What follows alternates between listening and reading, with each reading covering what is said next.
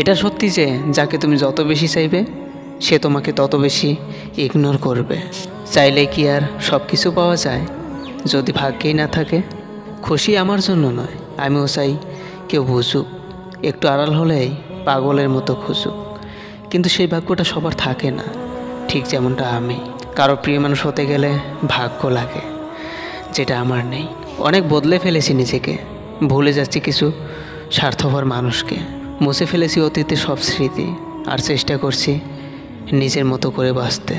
তবে আমি বদলে যাইনি, অধিকারটা হারিয়ে গেছে, তাই বিরক্ত করাটা ছেড়ে দিয়েছি।